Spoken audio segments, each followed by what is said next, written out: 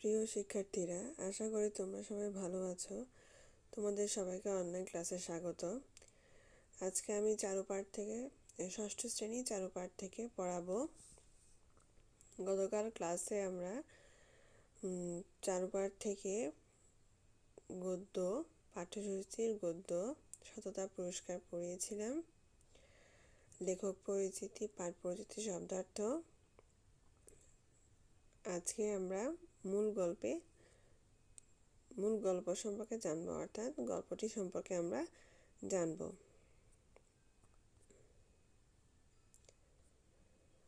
সততা পুরস্কার লিখেছেন মোহাম্মদ শহীদুল্লাহ। সেকালে ইহুদি বংশে 3টি লোক ছিল। একজনের সর্বাঙ্গে ধবল, একজনের মাথায় টাক, আরেকজনের 2 চোখ অন্ধ। আল্লাহ তাদের পরীক্ষার জন্য তাহাদের কাছে এক ফেরেশতা পাঠাইলেন। ফেরেশতা হইলেন আল্লাহর দূত। তাহারা নূরের তৈয়ারী। এমনি কেহ তাহাদিগকে দেখিতে পায় না। আল্লাহর হুকুমে তাহারা সকল কাজ করিয়া থাকেন। ফেরেশতা মানুষের রূপ ধরিয়া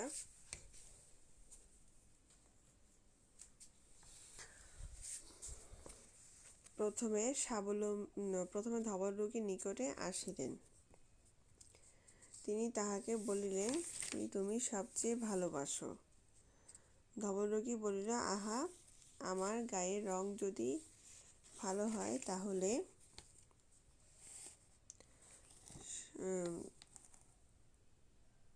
সকলেই যে আমাকে ঘৃণা করে। এখানে বলছে তাহারা নূরের তৈয়ারী। নূর শব্দের অর্থ হচ্ছে আলো।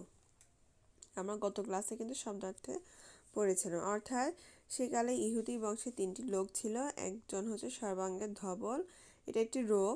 একজনের মাথায় টাক ছিল, অর্থাৎ চুল নেই, এবং আরেকজন অন্ধ ছিল। আল্লাহ তাদেরকে পরীক্ষার জন্য ফেরেশতা পাঠাইলেন।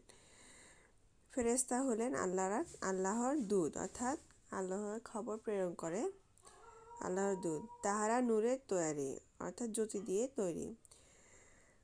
তো ফেরেশতা প্রথমে ধবল রোগীর নিকট আসলো এবং তিনি তাদেরকে বলল যে তুমি কি সবচেয়ে ভালোবাসো? সে বলল, আমার গায়ের রং যদি ভালো হয় সকলে আমাকে ঘৃণা করে।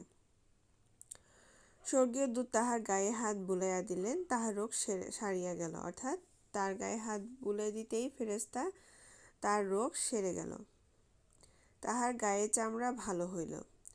তারপর আল্লাহর দূত পুনরায় তাহাকে জিজ্ঞাসা করিলেন, এখন তুমি কি চাও? সে বলিল, আমি উট চাই। তাহলে ধবল রোগী বলল, তার একটি উট লাগবে। দূত তাহাকে একটি গাভীন উট দিয়া বলিলেন, এই লও, ইহাতে তোমার ভাগ্য খুলিবে, অর্থাৎ এইটা দিয়ে তুমি তোমার জীবিকা নির্বাহ করবে। তারপর সেই ফেরেশতা টাকাওয়ালার কাছে গিয়ে বলিলেন, কি তুমি সবচেয়ে ভালোবাসো? সে বলিল, আহা, আমার এই রোগ যদি সারিয়া যায়, যদি আমার মাথার চুল ওঠে। আল্লাহর দূত তাহার মাথায় হাত বুলিয়া দিলেন, তাহার টাক সারিয়া গেল, তাহার মাথার চুল গজাইল। দূত পুনরায় বলিলেন, এখন তুমি কি চাও? সে বলিল, গাই, অর্থাৎ সে একটি গরু চায়। তিনি বলিলেন, একটি গাভীন দিয়া বলিলেন, এই লও, ইহাতে তোমার ভাগ্য খুলিবে, অর্থাৎ এটা দিয়ে তুমি তোমার জীবিকা নির্বাহ করবে। তাহলে প্রথম ধবল রোগীকে দিল একটি উট এবং মাথায় টাকওয়ালা লোককে দিল একটি গাভীন গাই। তারপর স্বর্গীয় দূত অন্ধের কাছে গেলেন, গিয়া বলিলেন, কি তুমি সবচেয়ে ভালোবাসো? সে বলিল, আল্লাহর আমার চোখ ভালো করিয়া দিন, আমি যেন লোকের মুখ দেখিতে পাই। অর্থাৎ তৃতীয়জন অন্ধ ছিল, যার কারণে সে সবার মুখ দেখতে চায়। স্বর্গদূত তাহার চোখে হাত বুলিয়া দিলেন, তাহার চোখ ভালো হইয়া গেল। তারপর তিনি তাহাকে বলিলেন, এখন তুমি কি চাও? সে বলিল, আমি একটি ছাগল চাই। তাহলে 3টি লোকের 3টি রোগ ছিল, অর্থাৎ একজন ধবল রোগী ছিল, ধবল অর্থাৎ সাদা, একটা আর কি কুষ্ঠরোগ, দ্বিতীয়জন টাকাওয়ালা এবং তৃতীয়জন অন্ধ। এই 3জনকে ফেরেশতা তাদের স্বাভাবিক জীবনযাপনে ফিরিয়ে দিলেন এবং 3জনকে 3টি জীবিকা নির্বাহের জন্য 3টি জিনিস দিলেন। একজনকে দিলেন উট, একজনকে দিলেন গাই, একজনকে দিলেন ছাগল। কিছুদিন পর স্বর্গীয় দূত তাহাকে ডেকে এমন ছাগল এই লও, তাহাতে তোমার ভাগ্য খুলিবে। তারপর উটের বাচ্চা হইল, গাইয়ের বাছুর হলো, ছাগলের ছানা হলো। এইরকম করিয়া উটে গায়ে ছাগলে তাহাদের মাঠ বোঝাই হয়ে গেল। কিছুদিন পর আবার সেই ফেরেশতা পূর্বের মতো মানুষের রূপ ধরিয়া সেই যে আগের ধর্মরোগী ছিল তাহার নিকট উপস্থিত হলেন। আল্লাহর নিকট থেকে আবার ফেরেশতা আসলেন তাদের পরীক্ষা করার জন্য, যে তাদের অতীত জীবনের কথা তাদের মনে আছে কিনা, অর্থাৎ স্মরণে আছে কিনা। সেখানে গিয়া তিনি বলিলেন, আমি এক বিদেশী, বিদেশ আসিয়া আমার সব পুঁজি ফুরাইয়া গিয়াছে। এখন আল্লাহর দয়া ছাড়া আমার আর দেশে ফিরিবার উপায় নাই। যিনি তোমারে সুন্দর গায়ের রং দিয়াছেন, সুন্দর চামড়া দিয়েছেন, আর এত ধন দৌলত দিয়েছেন, তাহার দোহাই দিয়া তোমার কাছে একটি উট চাহিতেছে। অর্থাৎ প্রথম ধবলরোগের কাছে গেল যে সে এক বিদেশি, তিনি তার পুঁজি অর্থাৎ তার মূলধন সব শেষ হয়ে গেছে। এখন সে তার দেশে ফেরার কোনো উপায় নেই, যার কারণে তোমার কাছ থেকে আমি একটু সাহায্য চাচ্ছি। সে বলিল, উটের অনেক দাম, কি করিয়া দিই। অর্থাৎ সে এই উট দিয়ে সে যেতে যাচ্ছে। সে বলিল, উটের অনেক দাম, কি করে দেই। স্বর্গদূত বলিলেন, ওহে, আমি যেন তোমাকে চিনিতে পারিতেছি, তুমি না ধবলরোগী ছিলে, আর সকলে তোমাকে ঘৃণা করিত। তখন ফেরেশতা বলল যে, তুমি না ধবলরোগী ছিলে, তুমি না গরিব ছিলে, পরে আল্লাহ তোমাকে ধন দৌলত দিয়াছেন। সে বলিল, না তো, কেন, এসব তো আমার বরাবরই আছে। অর্থাৎ সে অতীতের কথা ভুলে গিয়েছে, তার মনে অহংকারে বাসা বেঁধেছে। অর্থাৎ সে ফেরেশতারা তাকে তার প্রতি যে কৃতজ্ঞ থাকার কথা, কিন্তু সে কৃতজ্ঞ না থেকে অকৃতর মতো ফেরেশতাকে সাহায্য করছে না। তারপর দূত পূর্বে যে টাকাওয়ালা ছিল তাহার কাছে গেলেন। সেখানে গিয়ে আগের মতো একটি উট চাহিলেন।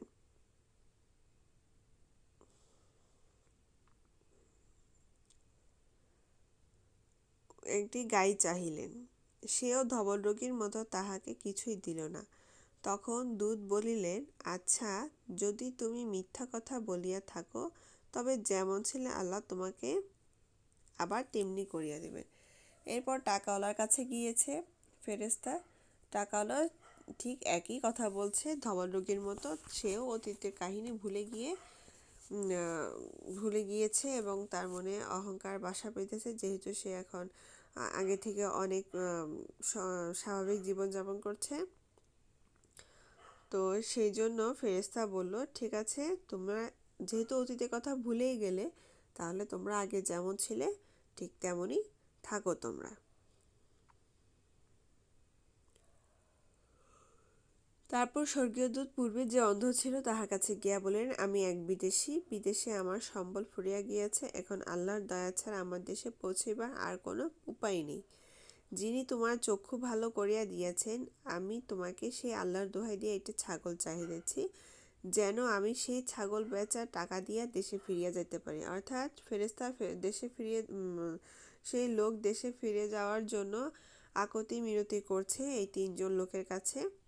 এবার গেল অন্ধজনের কাছে, কিন্তু অন্ধজন বলিলেন, ফেরেশতা তখন বলিলেন, বাস,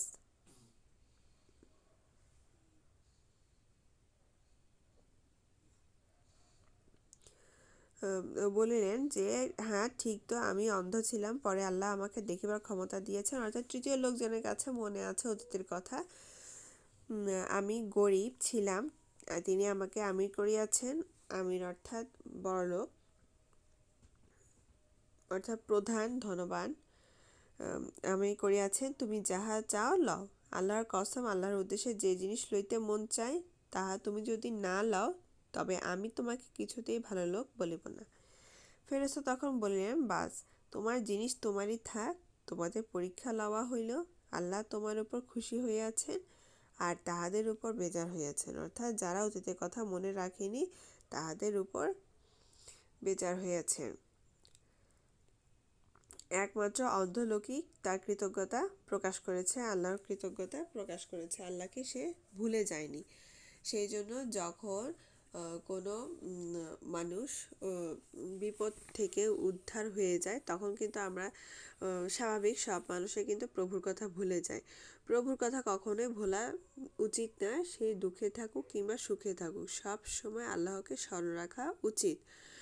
তিনি আমাদের সব বিপদ থেকে মুক্ত করেন, অর্থাৎ সেই জন্য তার কৃতজ্ঞতা কখনোই অস্বীকার করা যাবে না, তাহলে আল্লাহ বেজার হয়ে তাকে আগের অবস্থানেই নিয়ে যাবে। সেই জন্য আল্লাহ কিন্তু সবসময় মানুষকে পরীক্ষা করে, যেমন তিনি বিপদ থেকে উদ্ধার করেন, আবার সকলকেই কিন্তু পরীক্ষা করেন যে আমার কাছে সে আমার স্মরণে আসে কিনা সে, এবং আমি যে তাকে সাহায্য করেছি সেটার প্রতি আমার প্রতি কোনো কৃতজ্ঞতা প্রকাশ করে কিনা।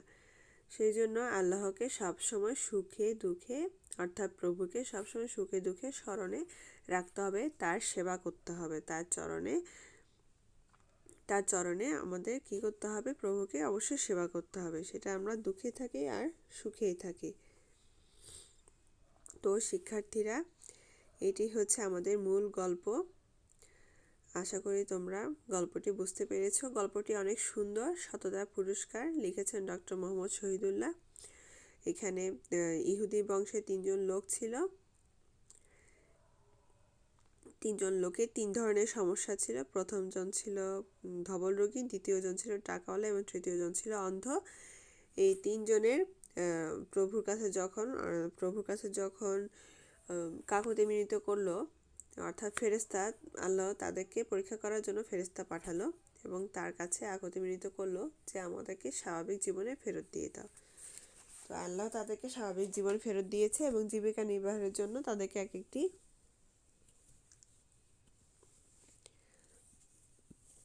জিনিস দিয়েছে। প্রথম জনকে দিয়েছে উট, দ্বিতীয় জনকে দিয়েছে গরু, তৃতীয় জনকে দিয়েছে ছাগল। এই ছাগল, এই 3টে দিয়ে কিন্তু তারা জীবিকা নির্বাহ করছে এবং কিছুদিন পর আল্লাহ পরীক্ষা করার জন্য এই 3জন লোকের কাছে ফেরেশতাকে আবার পাঠালেন, অর্থাৎ দূতকে আবার পাঠালেন। তো তখন ফেরেশতা তাদেরকে পরীক্ষা করলো এবং পরীক্ষার মধ্যে প্রথম 2জন উত্তীর্ণ হলো না এবং তৃতীয়জন উত্তীর্ণ হলো।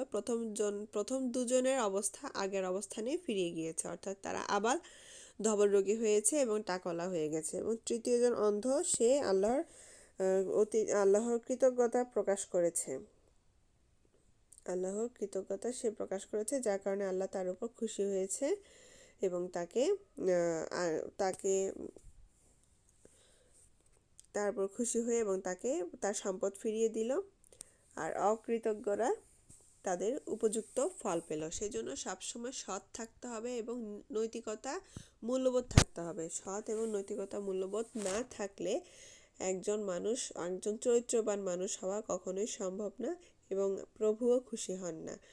সেই জন্য সততার সাথে নৈতিক মূল্যবোধের সাথে আমাদের এগিয়ে যেতে হবে।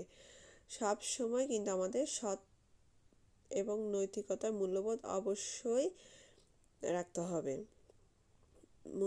মূল্যবোধ থাকতে হবে, জাগ্রত করতে হবে আমাদের মনকে।